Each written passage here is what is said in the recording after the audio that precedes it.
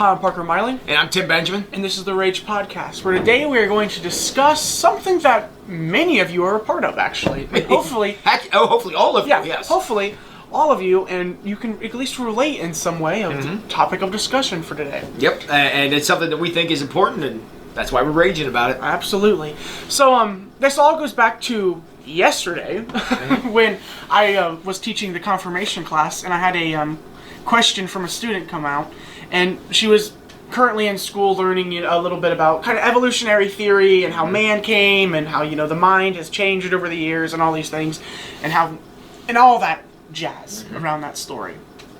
And she asked the question, how come when we read about the people in the Bible, they were so advanced compared to when we date, the life of the Native American Indians and how they were so unadvanced compared to the people that we read in the Bible. And she, she had a question. I mean, that was a very good question. She, was kind of logical. She was kind of comparing. It was great. But what my answer around that was all based upon the community aspect of what we had in the location and in the time frame of the Bible compared to what was happening over here in what is now known as America and the last couple thousand of years ago, even with that.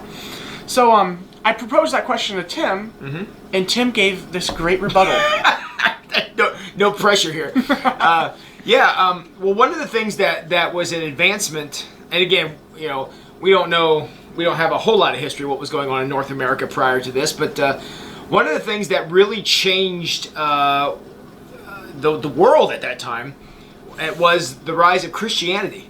And think about this with me, and if I'm wrong, jump in the comments and tell me where I'm wrong. But as I thought about it, all of the societies that existed, all of the organizations that we know of, none of those things had the fundamental principle of community and the importance of community.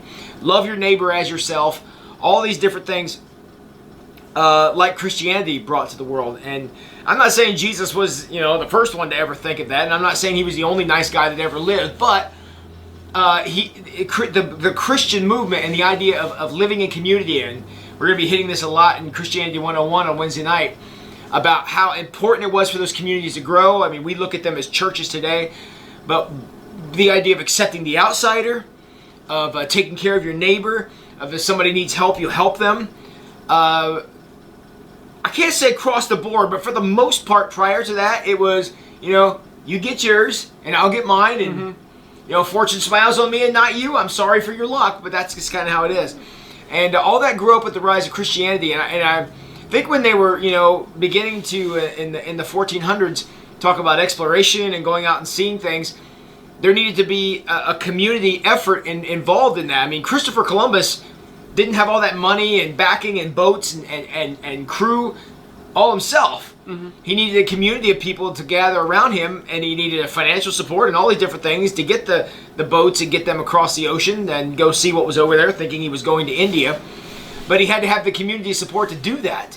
And that's one of the things that helped the European societies to grow like they did, was they lived in community. Not saying they always got it perfect, and there certainly was some exclusive things that were going on, but the idea of a community working together and taking care of each other and providing for each other's needs, again, not a uniquely Christian attribute, but certainly it's more emphasized in Christian communities than it is in other places. And I think that's what helped those societies to grow to the point that they were able to go out and explore, and they were able to go out and go because they had the idea that we're all working together to try to accomplish this. St. Mary's, the community I'm from, Tim, I've been here much for a while. Couple years. This community has existed for 99 years. Probably a little bit longer than that, but we have existed as an actual group, city, town, village for 99 years, okay? I didn't know that. So, well, no, not 99 years, 199 years. I was going to say. Pardon me. They seem a little short. I messed up the the extra. See, and here in community, we're keeping Parker accountable. Keep me accountable. Like, I feel like that's not long enough. But yes, so 199 years is what we've been around for, and in that time frame, obviously, let's look at where we're at, and this is obviously in a global scale. But let's look at the differences in how nowadays we have paved roads. We have, we have parking lots. This church building alone, it's been upgraded. Our homes have insulation, Yeah, have air conditioning. We have police forces yeah. to keep you safe. You know, that's all community. And effort. everyone except Tim has a front door. So I'm gonna have one tomorrow. I can't wait. Yeah. but I mean, just look in this area alone, and you'll notice instead of pathways, we have roads cutting through towns. We have alleys. We have sidewalks. Yeah, if something happens here today and somebody gets hurt, I can pick up the phone and people will come and help us. Yes, you know, all these are I don't want to say symptoms, I guess products. I'll call them products of a community where we all care about each other and we are working for each other's benefit. Because we believe, and I think this comes from our Christian background. You know, I believe here at Wayne Street that if Parker does better and is successful, I'm going to be more successful. And I hope that Parker believes that if I'm more successful, he's going to be more successful. And I think by working together in that way, you know, we're not competitors, at least not with each other. You're mutually working together mutually because of the connection that we share. And I really think that the more that we can foster that kind of belief that we're all succeeding or failing as a community, you know, and so we want everybody to be successful. We want everybody to make good choices. We want everybody to contribute. We want to hear everybody's voice in that. That allows us to come together in such a way that we can be more successful and build some of these great things that we have around our community today. Like Parker was saying, I have never in my life ever done anything to build a road, but I've driven on a bunch of them, and I, you know, I've never built a structure, but I've been inside of a lot of them. And I think that because, you know, you do what you do well, that allows me to do what I do well, and we both succeed together. And that's the nature of a positive and healthy community. And looking at some of the, let's look at like some local things. Obviously, within the city limits itself, you know, Tim was mentioning earlier, call someone and help someone. Society has, you know, community has grown to where we have a fire department, a police department. Which I'm assuming that didn't exist. Yeah, obviously, go back 200 years ago. Yeah, I'm sure probably it was not. there, you know, probably wasn't a very vocal thing in the community of thinking of police and fire departments and all that. Yeah. Whenever there was a fire, they rang the bell and hoped people came with buckets because that's what they had. Yeah. But now they've got, you know, $1 million machine that rolls down the road and pumps out water at crazy amounts and Also, why St. Mary's is God's country, because if you had a house fire, you have about 1,000,001 water sources to choose from. Okay? Yeah, with no shortage of water around here. Yeah. But you know, and that's kind of how it works. And the reason, one of the things I love about, you know, St. Mary's itself is we take our community focal points of being, you know, our history, and look at where we've come from. And I mean, look at anything in current day. I'm talking to you on a screen in a building of Wayne Street, you know, that wasn't here just a couple, you know, generations ago. This building wasn't here. This, you know, and this whole wouldn't have even been happening. But we have advanced so much forward that as a community, that we're nothing but gaining benefit.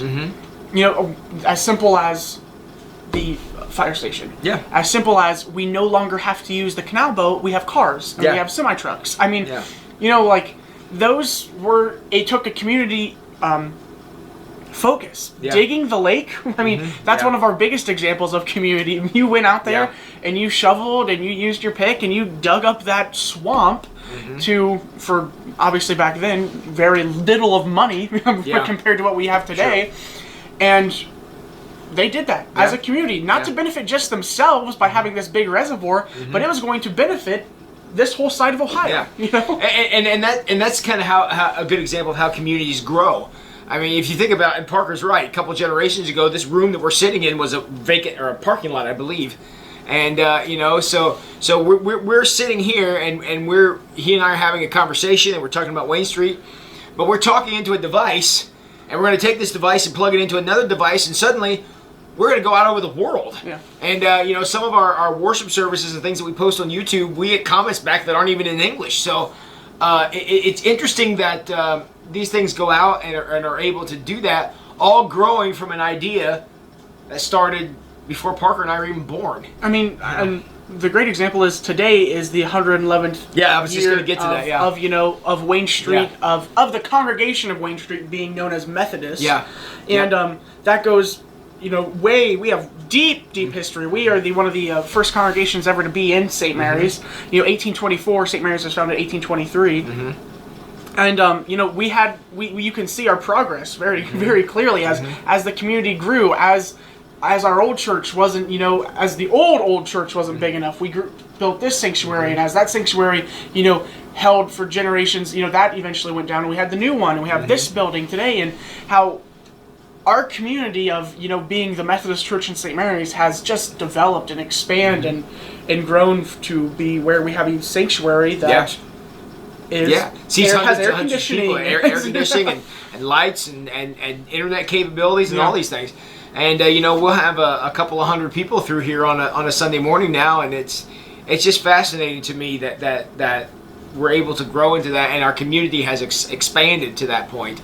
And all that 111 years ago today, that we're filming this on Valentine's Day, and it's 111 years ago today that Wayne Street became a Methodist Protestant congregation, and it's come a long way since then. I wish somehow we could have had a record of who was at that meeting. We only got 2 names on the line. Signatures. It would have been interesting to know who was a part of that conversation. I can't imagine it would have been that many people, but they decided at that point they were going to be in the Methodist Church, and we're still here 111 years later, and proud of that, and proud of the community that we have built.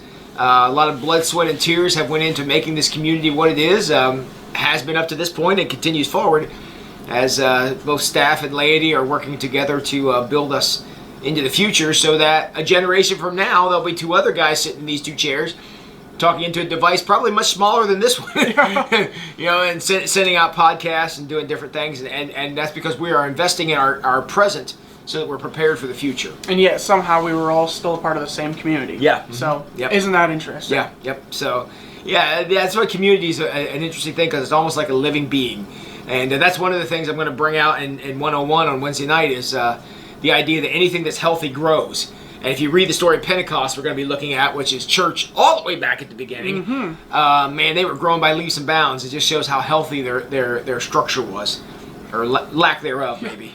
But but community is very important. And if I have any takeaway from these last 2 years with the whole COVID, whatever it was, I feel like what I've learned is the value of community and being connected. And don't let anybody cheat you out of that, because communities are where we grow. It's where we're nurtured. It's where our needs are met and our feelings are shown. And I think that those things are very important. And again, if I've learned anything from these COVID shutdowns, besides the fact that shutdowns didn't do anything to stop the virus, I've learned how important it is for us to be connected together. And don't ever let anybody take that away from you, because this is where we become our most authentic self, is in community. And I think that's a thing that we should never allow to be shut down. So very well said. Thank you. And in celebration of community, we all want to identify Parker's shirt. Oh yeah, very, very patriotic today. Yep. And we love the red, white, and blue as well, and we know you do too. And be a part of a community, because that's one of the great freedoms we have in this country. Absolutely. Yes. All right, everybody. Well, we're going to sign off from our community here, and hope that you can go back to yours and have a very, very blessed day.